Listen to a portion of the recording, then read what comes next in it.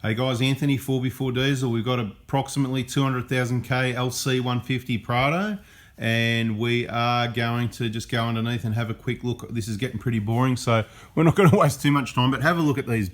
Get some washers, mate. Is that mad or what? How many washers? Probably get a shorter bolt instead. The body washers are good for a bit of extra support. Make sure with those bolts that you don't let them come loose. Check them at each service or before trips. We're just having a quick look around. There is a bit of a scraping noise here inside this wheel, we've noticed, during the inspection. So these videos, they're not the full inspection. They're, just trying to show you, look how good those arms are, right? You can still see the crack. The crack's there, right? So on the left side, about 1/3, but they're still pretty good for 200,000 K. So don't think that this is premature or a big deal. And usually, like I say, mirror image on each side. Standard sort of stuff. Now, the only reason that's wet, we've cracked them loose. We're about to do a transmission flush. You can see the filler plug up there, in case you have never found that. Don't try and do it yourself, because you might stuff it up. There you go, that's my advice. We can do the transmission flush for you. Otherwise, follow our transmission flush videos. Did anyone notice I just hit my head on the hoist? Just a soft one, it wasn't too bad. Looks like someone's been putting plenty of grease in there. That's not us, but I like a bit of lubrication, that's good. What's this squeaking noise over here, mate? Can you make that happen again? Let's have a listen. I'm going to shut up.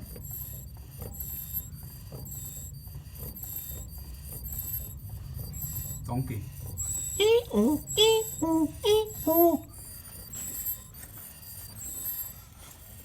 Seems to be more around the front side here. So what I'll get you to do while I look up the back of the vehicle, just give that dust guard behind there, give it a slight bend back this way, right? And so you muck around with that while I go and have a look around up here and see what we can show them. Now, we're getting a bit excessive on the grease here, right? Now, we like it a bit wet, we like it lubricated, but just settle the hell down with this. This is a little bit too much. When you've got thick blue grease coming out of the unis, like I said, I'd rather it messy like this than not lubricated. Look at that, how nice and wet that is, right? So, mate, it's your job to try and work out where that noise is while I'm doing this. You've got about 3 minutes by the time I get back to that end.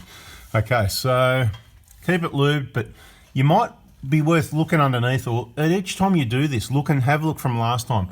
You should probably get a little bit of mess, but not too much. If you got a lot like this, put a bit less grease in. If it's dry, put more grease. Pretty straightforward, yeah? If it's clean and dry, put more in. If it's really wet and messy, put less in. Okay, regularly small amounts is what I think works best. That's what I do.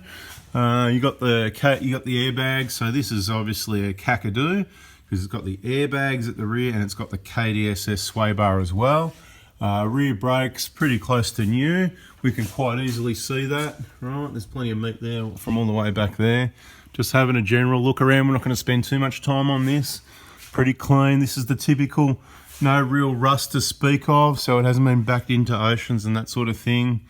It looks like it's got the original suspension at the rear. We saw the front was changed. It might be just springs. We'll go and have another look, actually. I didn't take a lot of notice because I wasn't analysing that. So while we go up and down a bit, you can see it does hit the bump stops a bit. You can see the, the rub marks there.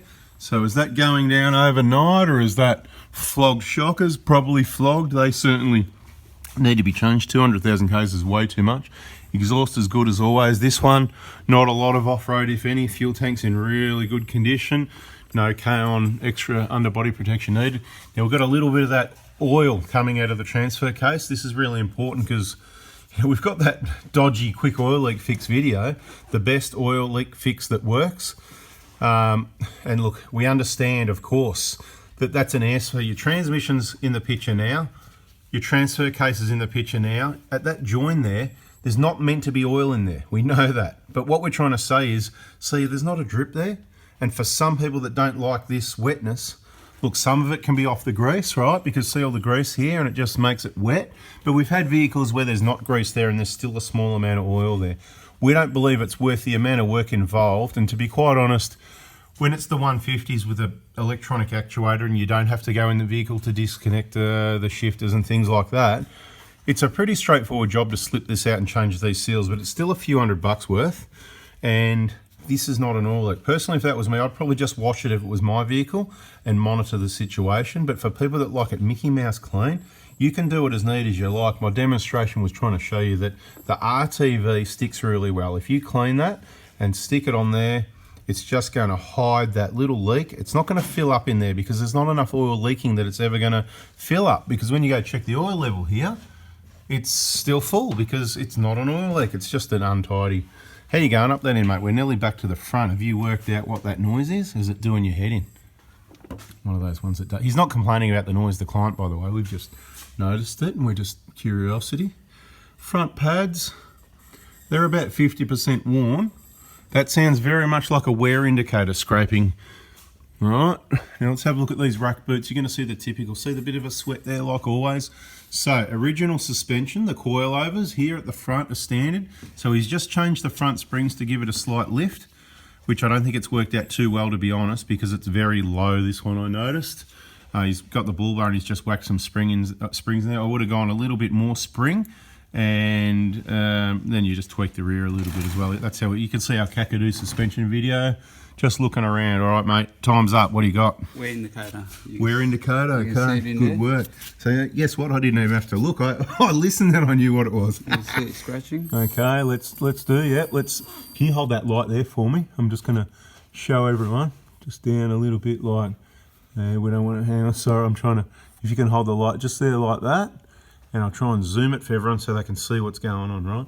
See in there, guys? That's your wear indicator.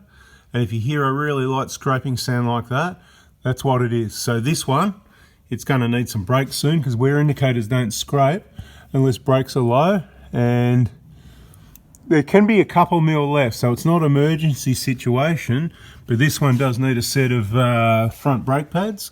They can wear unevenly, so when you look in here and they're low, don't just go, oh yeah, 30% left, you'll be right, mate, because they can wear unevenly and one end of the pad can be worn more than the other, and there could be a problem with the caliper, which is why you should take it to someone with some experience, a brake specialist, or at least a mechanic that's some decent that can go, if this is unevenly worn, is there a reason? Because it needs to be checked out to work out. And we don't know that it is, but the wheel needs to come off now. That's the next step.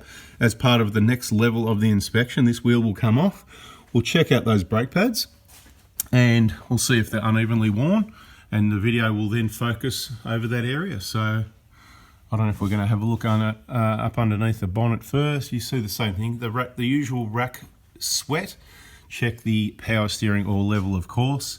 This one needs new suspension. It's time to start saving for the bushes or the lower arms, whichever way you want to do it. Other than that, 200,000 Ks, typical underneath a Prado. Okie dokes. So we got the wheel off, had a quick look at the pads here, and had a conversation with the client about, you know, what he wants to do here. And obviously we're limited on time when we find these things. Quite often we do need to rebook it because we're not sort of sitting around, unfortunately, waiting for the next job. They're all booked in, and we can't just allow extra hours that might not happen, and usually this doesn't happen. So first thing we want, what can happen, I don't want to say it's common, but it's very rare. But what's common, but also rare with these calipers, is you can get a tight piston. A piston can be a bit tight, but it's usually someone that's changed the pads has nicked a boot or something here, one of these boots. See the boots right in the middle of the camera, one with the writing on it, that's your rubber dust boot. And there's a retaining ring. There's two different types of boots on these calipers. Right, you can see the metal ring right in the middle of the picture. You can see the end of the ring where it comes together right in the middle of the picture now, because I haven't got a pointer, you know what I mean. Basically, there's two different types of boots. So when you buy these genuine caliper kits, which are pretty good value for money if you can still get them, last time I got them they were, they've got both sets of boots in there. So what basically you need to do to fix this, and this is a brake specialist thing, brakes need to be really clean. It's like a fuel system or a transmission or something, needs to be really clean. So it all needs to be cleaned up first before you do anything. This needs to be washed down before you even open it up.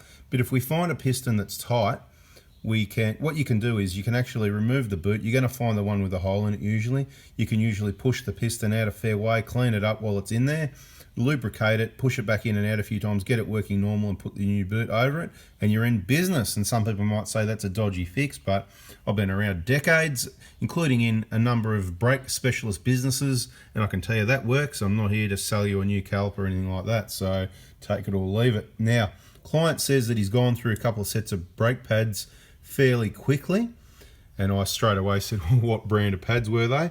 I can't see at the moment because they're dirty, but he says maybe genuine, should be genuine or something like that.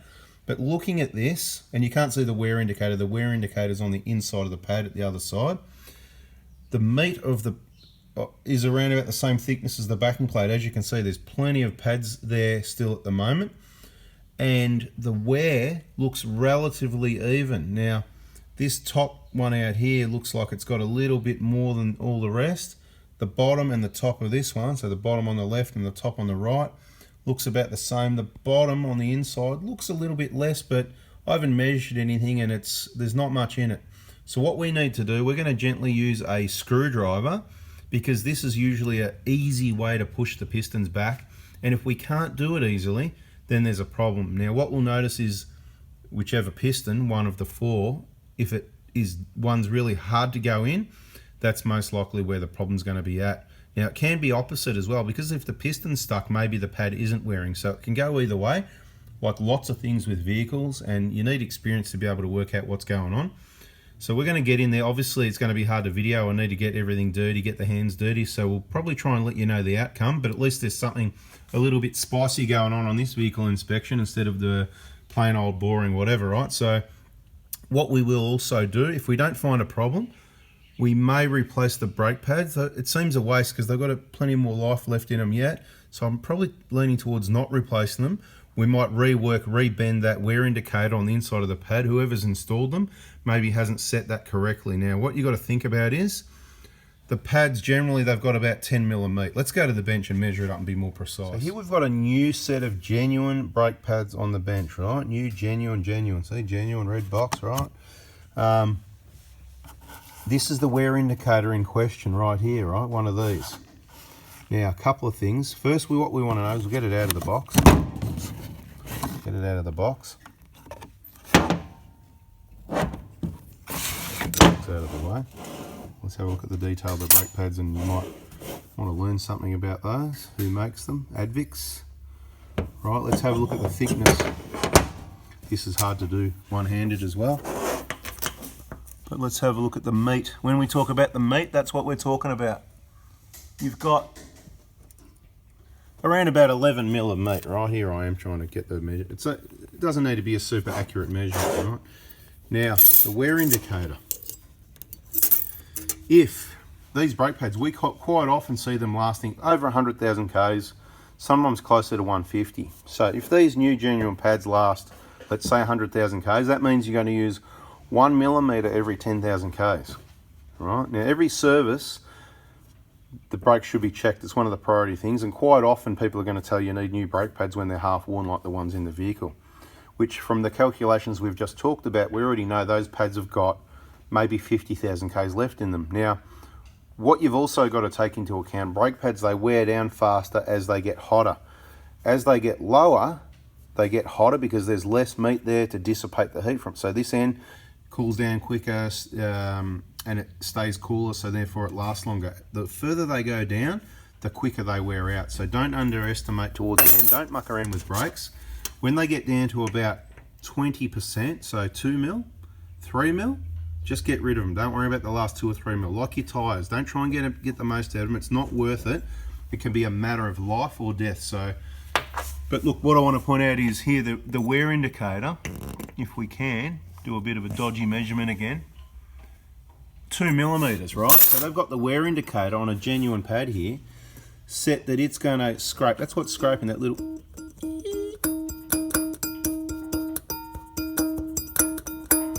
There I go, I can even play a tune. If I was any good at a guitar or something, I could probably do better here. Hey mate, are you any good at playing the guitar? No, he said no. Okay, we got the brake pad off the vehicle. Let's sit that one just here next to it. Just like that one. Oh, we got the wrong sides, right? So what we'll do is, yeah, that'll do, that's good. So this is the opposite side of the vehicle, so we can have an analysis. Now I don't want to get my hands dirty, so after we look at this, the compound does look fairly genuine. The clips maybe, we need to turn it over to read the writing, don't we? So we need someone with dirty hands to, in a moment, not yet, to turn it over. Just want to have a call from this side that I don't think it's a genuine pad at all. but then I could be wrong. Let me see. I don't think it's a genuine pad. What are you trying to say? Just say. It's just been bent up. Yeah, well that's it. So the first problem is, right, let's have a look. So this is one of the problems, right? We've got, maybe the mechanics is going to, let's get the ruler. Let's not do guessworks, right? Let's do this again, like we did before. Try and get an angle on it that works for you. We've got a 5mm wear indicator, but we knew that already because I already estimated that the pads are about 5mm. There was about 5mm left, didn't I, in the vehicle? We did that. Yep, there it is, 5mm. Right, believe me, I can see it. And the wear indicator is up 5mm. So a couple of things could be happening. Someone could be bending that on purpose to get extra brake pad sales. Oh, you're wearing it, you better bring it in. Maybe they've had issues before where their workers can't check brakes properly, so they want to be a little bit, you know, to be sure. But like I said, there's serviceable life, about 20,000 Ks, maybe 30,000 Ks left in these pads. So what we're going to do is check out the piston. We're going to see if we haven't done that yet. We're going to rework this. That means push it back down. But what I was going to suggest is, that's what I was going to suggest, but I'd even suggest, see these ones that are at 2mm, I'd almost suggest bending them to 1mm, but the reason I won't, and 2mm there, is because remember what I said about wearing unevenly? And that one's bent. Let's have a look at that one as well as a comparison. I'd say you got to be careful where you go to get your brakes done, because in this case here, funnily enough, I'm going to get down here, that's about 4.5mm, 5mm again. Right, so I think too much of a coincidence that these accidentally got bent, don't you reckon? So does this mean we've got to pull both wheels off and we're redoing a brake pad replacement job for someone because somebody ripped somebody off, you know? It's just, it shouldn't be happening anyway. So we're going to continue on with this. I hope I've demonstrated some information enough for you to have already pressed the like button. If you're sticking around, remember, subscribe, turn the bell on. We've got heaps better videos than this. The real information, bada bing. Right, so this is what we've done. We had the pads out. I used my large screwdriver to very gently lever the pistons back in, and they all checked out okay as per normal. As I've already said, the damage happens to those is caused by people puncturing the boot when they're changing brake pads generally, so be aware of that. We've talked about how to fix it. We've talked about how it's caused. There's no issue here. We've checked the boots. We've moved the pistons. They're all fine. That's why there's some gaps between the rotor and the pads at the moment. We've put the pads in exactly how they were before and reworked the wear indicators, which you probably won't see from up here because of course they're at the bottom, but there's around about a 2mm gap. And we're guessing there was wear indicators on both these pads, which there normally isn't.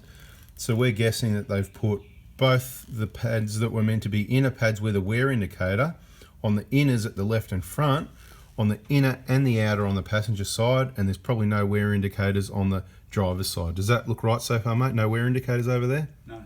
Exactly right. So that's what's happened. But important note, pads and rotors, the surfaces, they wear and bead in, so we're not going to change them. 2 wear indicators on one side is generally enough. It's not ideal, but that's cool. These are going to do another 20 or 30,000 Ks. Then it'll get a set of brake pads. We'll use genuine or a quality brand, and we'll put the wear indicators on where they're supposed to be, which it varies from vehicle to vehicle, but generally on these it's on the inside at the bottom edge. Doesn't really matter if it's the top or the bottom edge, to be quite honest. You just don't know which one's going to have a problem, so it really doesn't matter if it's in or outer. But personally, I would like to have 1 on each wheel, not 2 on one. Anyway, wheels are going back on. I think that's a video. We got a bit long with all that extra info. I hope you liked it. Hit the like button, you know, subscribe, turn the bell on. We're out of here. Thanks for watching.